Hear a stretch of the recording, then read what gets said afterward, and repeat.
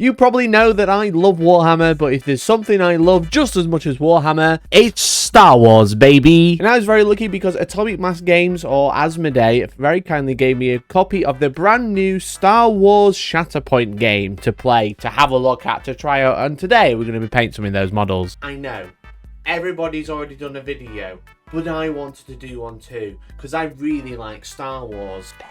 It's been there for ages. I'm finally doing it. I played a whole bunch of Star Wars tabletop games like Imperial Assault, Star Wars Legion, you name it, I've probably tried it. But I've always been looking for something different, because like Star Wars Legion is the most current popular game of Star Wars that people have played, and that's an all-out warfare. And I've kind of already had that itch scratched with Warhammer, so I've been looking for something different, and Shatterpoint seems to be the one that the point I'm looking, the Shatterpoint. It looks right good. Shatterpoint is essentially like the smaller skirmish version of the game. What Kill Team is to Warhammer 40k, Shatterpoint is to Star Wars Legion, except it's not the same miniatures because they're a lot larger. And they're also all in hard plastic, and on the sprues they actually come on hard plastic sprues like you'd expect, like most miniature games these days. But what's nice is on the sprue is like they're all sectioned out, and all the characters are right together, so you're not like clipping one bit from one side of the sprue, then the next part of the head is on the other side of the sprue. It's all contained, which is really nice. And what really jumped out at me to start off painting this brand new project that I'll definitely finish one day is the Mandalorians, because I actually also got a new paint set at the UK Games Expo with Dark Star Molten Metals. I know UK Games Expo was 2 months ago, but I'm a busy man. So when I was chatting to the guys at Dark Star Molten Metallics, they told me that you could paint metallics and then buff them. Ow. My arm cracked so bad. So I built the miniatures and primed them, put them on temporary bases, and then started spraying them live on stream, because I'm live every Monday, Wednesday, and Friday. Monday for the drama news and tournament reviews for Warhammer and other games out there. Wednesdays, the morning news, where we talk about other news that's happening on the internet. And I also do some painting. That's why we did this here. And I stream every single Friday for tabletop games night or just game night challenges. I made a swatch of all the metallics that I was interested in using on the Mandalorians, just on this piece of card that came in the Shatterpoint box. And I primed half of it black so I could get like a good look at what it would look like over white or a black primer, or like just a general idea, because they look very different from inside the bottle than they do on the paper. You might think I look extra dashing today. Thanks for noticing. And that's because I'm wearing Into the AM graphic t-shirts. As I said, this is one example. I know, look at me. Look how good I look. Kawaii, I know. Look, let's be real. I'm a big boy, okay? Big in ego, but also big in size. So buying t-shirts is really, really awkward. It's really horrible experience for me.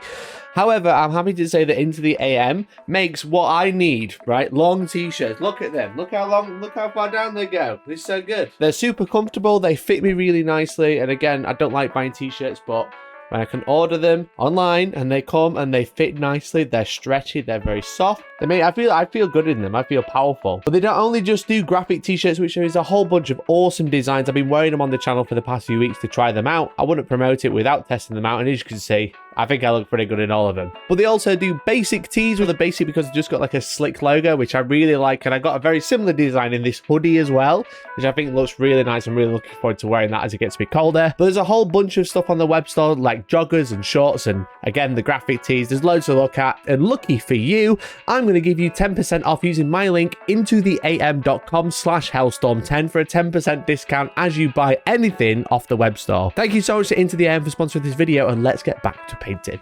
I started out using steel as a base coat, using the metallic thinner that was also included. I was informed not to use water whatsoever with these paints, that they don't like water, so make sure you only use the metallic thinner. But steel was like a nice dark base coat. It's like metallic black essentially, and I did this in multiple coats using a cheap hairdryer to dry them in between, because I noticed that unlike most metallics, these are really translucent, which is weird when you're trying to get a base coat, but you can actually do quite a lot of it if you want to get really technical and really fancy. But as you can see, there's a quite stark difference between 1 layer and 2 layers, so I gave everything a few coats. I then started highlighting with the airbrush the more interesting points, the hands, the feet, the head, the shoulders, you know, just the guns and stuff like that. Just essentially like a zenithial highlighter, but more focused on more interesting parts using the airbrush. And I used pewter for this, because this has like a really like high gloss metallic that we're trying to go for. Like, all I'm thinking thinking of, I know he's not, but it's Jango Fett, okay? Jango Fett, Star Wars 2. That's all I can think about. And it's just that high gloss metallic armor. That's what we're trying to go for. Super shiny, and pewter was the exact color I was looking at, the exact tone of metallic. Because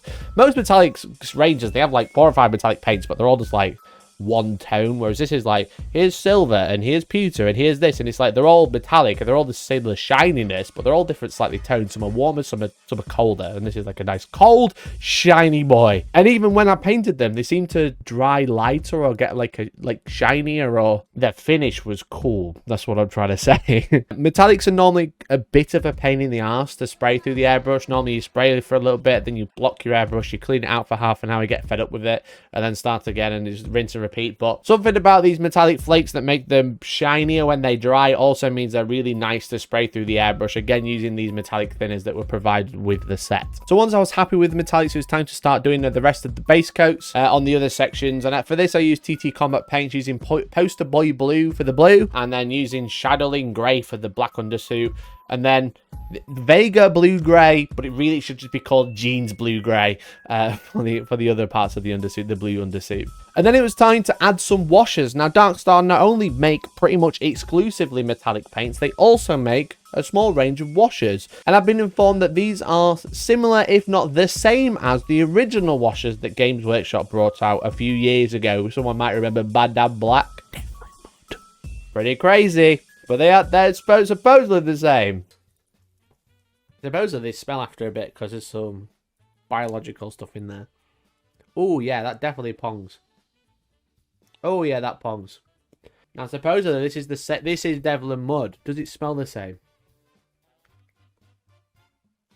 It doesn't smell the same, so I am slightly concerned. So I used the Badab Black equivalent, or Midnight Shroud we'll now call it, on the armor panels and on all the blue parts. And it seems to like act like a wash. And it sounds dumb to say, but like a lot of the new Citadel washes, they're really nice and they've got a really wide range, which is really cool. But they went from working like a wash to working kind of like a light or thin contrast paint, whereas these washes work exactly the same. They don't run off all of the surfaces, they actually stay on the surface and they start to stain it. And if you're looking for that sort of grimy stained effect, but not coffee staining, this is probably a wash for you, whilst also flowing into the recesses really nicely and just getting that really nice dirty stained look that washers used to give us, and now everyone's kind of like gone away from it, but we still try to recreate it with Agrak Surf Shade and it won't work the same way. And we're trying to like, we don't want to believe it'll stop working that way, but it does not work that way anymore. But this one seems to. But what they don't make is a blue wash this time, so we did use TT Combat's blue wash, which is a really nice blue wash. It's kind of like a dark ink compared to a wash, so they're also like really nice washes, I'd say. Again, not contrast paints, actually washes. So TT Combat paints, Darkstar Molten Metals, the Rocky, the Schwarzenegger beam, great time had by all. I continued to highlight the other details, getting all like the blues up there and stuff like that, but you didn't click the video to watch me paint a full Mandalorian. You just wanted to watch me buff one out live, didn't you? So here it is. Now, they said they can buff the paints, which sounds really cool, and they sent me the full set of paints to play with. However, one thing they didn't send in the set, which is some feedback I've given them, is actually they don't actually come with any cloths to buff it with. You can't just buff it with your finger. You need like a polishing cloth. Kind of like what you get free with glasses cases and stuff like that. But I don't wear glasses, not yet anyway, so I didn't have any, so I had to order some off Amazon. My glasses are dirty and they're pink, so I won't want them. So after I was robbed, I tried buffing my helmet live. Polishing my helmet live on stream. I will say, I was a bit skeptical at first, but it did really make a difference going from not buffed to now buffed. The shine difference was definitely there, but what it was is very difficult because obviously like the models are like really cool scale, but they're still small. So actually like getting the cloth into places to give it the biggest buff you can. Trying to get the cloth in there was difficult. So I feel like I wasn't very good at polishing the tiny helmet. I'm much more experienced with polishing larger helmets. But buffing with the jeweler's cloth did manage to take off. It felt like it took off like the top layer of paint. So when I buffed some of the bits with wash on it, it felt like the wash was being removed. So I feel like you're almost taking like, maybe taking off some sort of like dried medium over the top. And it did go from super shiny to even shinier. The exact look I wanted to go for. I'm no scientist. I'm just rubbing and hoping for the best. I won't lie. And that's the last buff joke we've got, I'm afraid, everyone. So one more laughing chat. So once I was happy with how shiny this had happened. So once I was happy with how shiny my helmet. So once I was happy with how shiny my helmet was, I went back to traditional highlighting. It's not funny. So once I was happy with just how shiny my helmet. So once I was happy with just how shiny my helmet was, I went back and did some traditional painting or traditional highlighting using silver from the range, which is like one of the brightest metallics they have in the range for this set. And then to finish off the pretty much the details on the model, it was just the jetpack plumes, and these are really easy to do.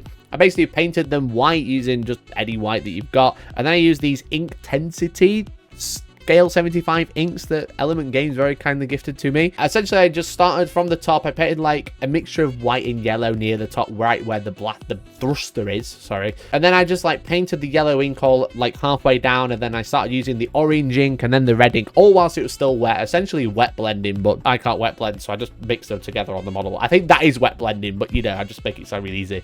Just mix it together on the model where you want the blend to be. That's wet blending, probably. And then I dry brushed it, like a really quick dry brush with just some like dark grey and light grey to get that true cartoony blasting off again vibe. The last thing to do was the bases, and Shatterpoint's really cool because it comes with sprues of textured bases, which are really nice. However, whilst textured bases are cool, there's only 4, and everybody has the same bases, and I'm a special princess, and I like to have my own unique bases, okay? And I'm going to make my own. So I glued on some cork bits, and then used Vallejo texture. This one is sand, and like a mixture of that, and I smeared that all over the base. I kind of left some of the texture that was on the base already, like the rocks and stuff like that, but I covered most of it. And whilst it was still wet, I actually like took the miniature that was painted and like, especially the jetpack plumes, and like press them in to the texture to create like a recess where the model is going to sit later. Whilst with like 2 feet, it's normally fine just to find a place to stick them on. With these like big jetpack plumes, I don't want to like have gaps underneath, because the whole point is the smoke is like bellowing off the floor. So I like made like a recess for that to go in, so it looks like